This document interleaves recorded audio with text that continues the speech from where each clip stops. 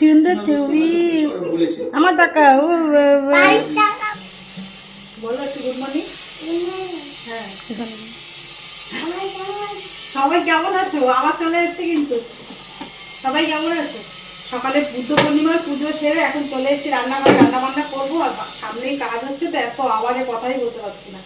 তা আজকে পূর্ণিমাতে আজকে তো আমাদের বাড়িতে মানে নিরামিষ রান্না বান্না হবে। তা তোমাদের সাথে শেয়ার করি আজকে দুপুরবেলা কি কি রান্না করছি।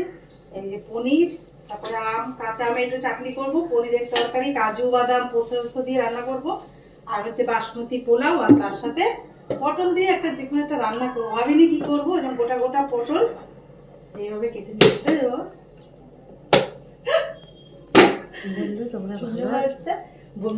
যেদিনকে ভোট দিতে গেছিলাম সেদিন বিকালবেলায় কিন্তু সবাই চলে এসেছে আমাদের বাড়িতে।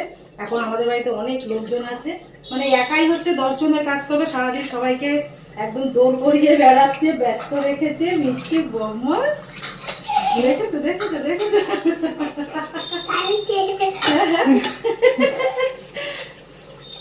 রান্না বান্নাগুলো সব তোমাদের সাথে রেসিপিগুলো শেয়ার করবো, বুঝবে বানাবো।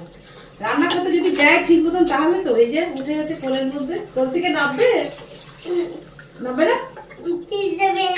ও পিৎজা বানিয়েছে আলু আলু ভাজা দিয়ে, তাই বলি।